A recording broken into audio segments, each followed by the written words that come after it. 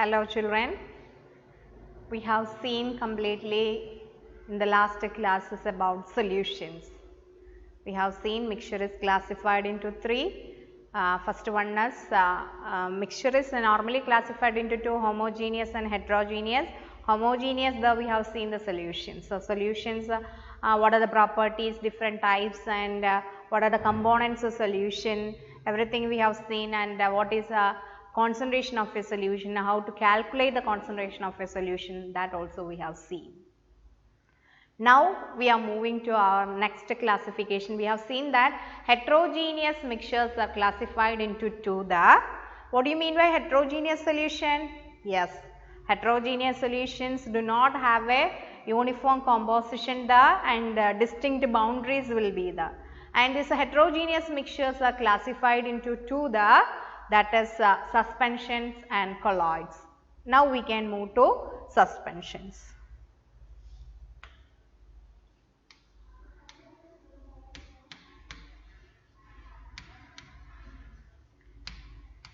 For talking about suspension, we can see one example.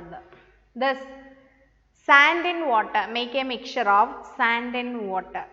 Take 50 ml of water there in a beaker and add 2-3 teaspoonful of soil or sand in that, so that we can make the sand in water mixture. Okay. And after preparing that, we can keep it for some time. After keeping that, what do you observe? Yes, the two layers, two distinct layers, we can observe the sand layer and water layer. Okay, so there is no fixed composition and different boundaries are observed there in this case. So we can say that sand in water is a suspension. Okay, now we can see what are the properties of suspensions. One by one we can see properties. First one, suspensions are heterogeneous mixtures. They are heterogeneous mixtures. Suspensions are heterogeneous mixtures. Okay. Then second one, we can say that the particle size of suspension, components of suspension, particle size is very big. And when the case of solution, whether we mention one measurement, nanometer, isn't it? So here also in terms of nanometer, if you are specifying the particle size, the size of the particle will be greater than 100 nanometer. So it will be more than 100 nanometer. Particle size will be more than 100 nanometer, will be more than 100 nanometer. That much bigger is the particle. So we can observe the particles of different layers with our naked eye. We can clearly see the different layers with our naked eye because the size of the particle is that much bigger. Okay. So particles of a suspension can be seen by naked eye as the size is very big. Okay. And if the particle size is big, one more property we can observe, that is scattering property, but not always. We can see when that sand in water mixture is prepared, that time sand will be mixing with the water molecule, that time bigger sized sand particle can scatter the beam of light. So that which makes the path of light visible there. Okay. Scattering is possible there. Okay. So we can tell that particles of a suspension can scatter the beam of light passing through it and makes the path visible there. So we can say that scattering is possible. Scattering is possible, but there is a condition. Scattering is possible, but not always. How can we tell that always scattering is not possible? Because when we mix that sand in water, initially by the time of mixing, that soil particles will be there within the particles of water there. So that time only we can observe the scattering property, but after some time what we can observe, yes, soil will be settling down so two different layers will be separated. Okay, layers will be separated. After that, we cannot observe the scattering. So, when the mixture is prepared freshly, that time, fresh time of preparation only we can observe the scattering property in case of suspension. Okay, once if the layers is separated, after that we cannot observe any scattering property. Okay, and now we can see as the layers are separated, what we can observe yes, we can separate that different layers by the process of filtration. The layers can be filtered. Okay.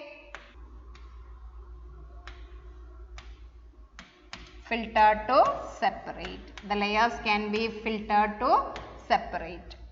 Okay, using a filtration paper, filter paper, you can separate through that we can separate both the layers as the size is bigger. Then one more property is we can tell that property is once if the particles are bigger, there we can separate that time that suspension will break. That components of the suspension will break that means they will settle down at the bottom of the vessel in which it is kept. The two different layers will be separated. Then we can say that suspensions are unstable. Unstable. So, these are the different properties of a suspension. One by one we can see. First main important point is that particles of suspension, that is heterogeneous mixture. Suspensions are heterogeneous mixtures. Then the size of the particle is more than 100 nanometer. So, these particles we can see by clearly through our naked eyes. Then as the size is bigger, then they can scatter the beam of light, but there is a condition when the two layers are separate, the scattering property will not be observed. And two layers are separated, easily we can filter to separate the different layers, and that they are settling down into two different layers, so we can say that they are unstable.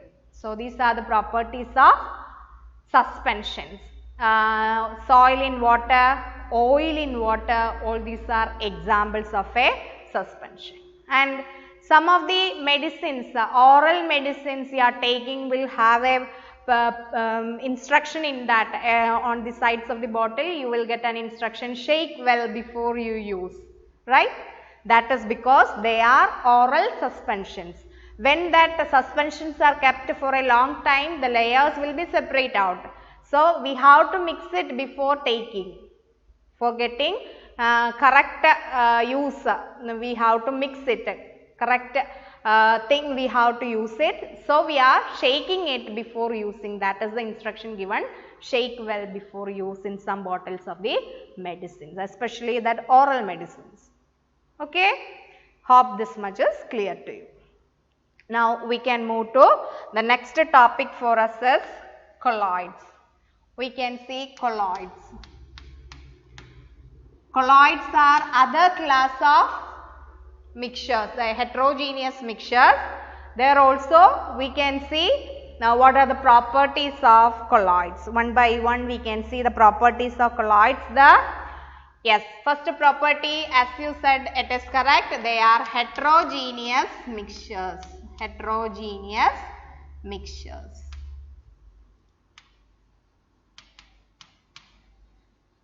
Colloids are heterogeneous mixtures. Then that particle size, if you are telling it, it will be in between 1 and 100 nanometer. Size of the particles will be in between 1 to 100 nanometer. That is why, though they are appearing as a suspension, they are actually a heterogeneous mixture, but we cannot identify the particles there. Only we can see a cloudy appearance for such particles. We cannot identify the particles one by one individually there. Okay, we can say that particles are present there and that appearance also altogether we can observe the, but individually particle we cannot identify because this particles of a colloid has a property to join together for making the size bigger and bigger. So, the particle size will be in between 1 and 100 nanometer. Okay. So, the size is enough to scatter the beam of light. So, always they will scatter the beam of light. Their size is enough to scatter the beam of light. They will scatter the light. Always. Every time they will scatter the light.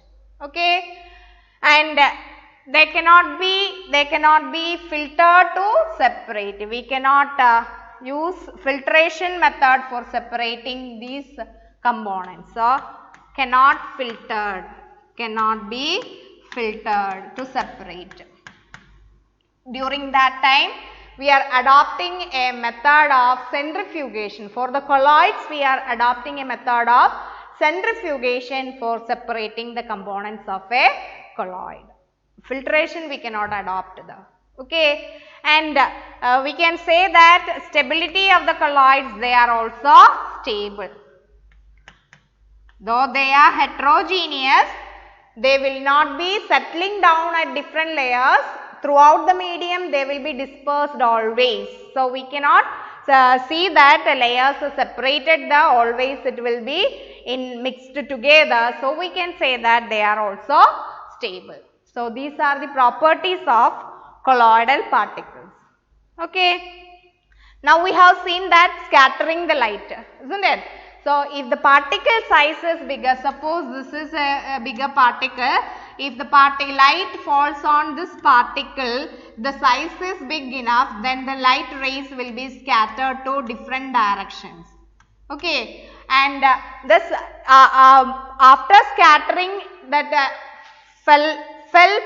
light rays to different directions, that which makes the path of the light visible there. Okay. When the light scattering of light is happening there, that makes the path of the light visible, and that effect is known as Tyndall effect. Tyndall effect. Have you heard about that? No. Tyndall effect is the observation when scattering of light is happening due to the bigger size of the particle. I will give you an example. Okay. You might have gone for watching a movie and all, right? Not now, earlier time, isn't it? So, at that time, when you are viewing that screen there, you might have observed that a beam of light will be coming from the projector side, which is kept back side, isn't it?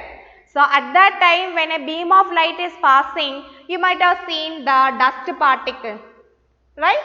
So, that is because the dust particles are bigger in size, they are actually scattering the light rays coming from the projector. Due to that scattering, that dust particles are visible to us, that path of the light is visible. Because of that, dust particles present in that path also visible for us. Everywhere the same dust is present, but we cannot see it. When the light is passing, that time only we are able to see the dust particle. That is because of the scattering property. And this is also happening there in a deciduous forest. If it is forest that trees are kept very thick, trees will be very close to each other, thicker number of trees will be more there, deciduous forest. So, when sun rays are passing through the leaves or branches, that light will come as a beam there, and that water molecule or dust present in that atmosphere will scatter the light, so that making the path visible, and that property is known as Tyndall effect. So, we can say that Tyndall effect is observed there in colloidal solution, colloids. In colloids the Tyndall effect is observed. Okay. So, these are the properties of a colloid. They cannot, they cannot be filtered. Okay, they cannot be filtered. For that, what we are doing? We are adopting a technique of centrifugation. Centrifugation is the technique we are adopting there. Okay. Now we can see in the case of solution we have seen the two components, just like in the colloids also two components are the, a colloid is made by mixing two components there, that is dispersed phase, dispersed phase.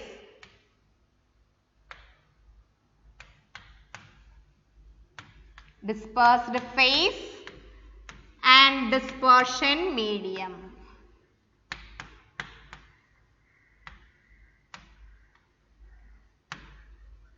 These are the two components in a colloid, just like solute and solvent in solution.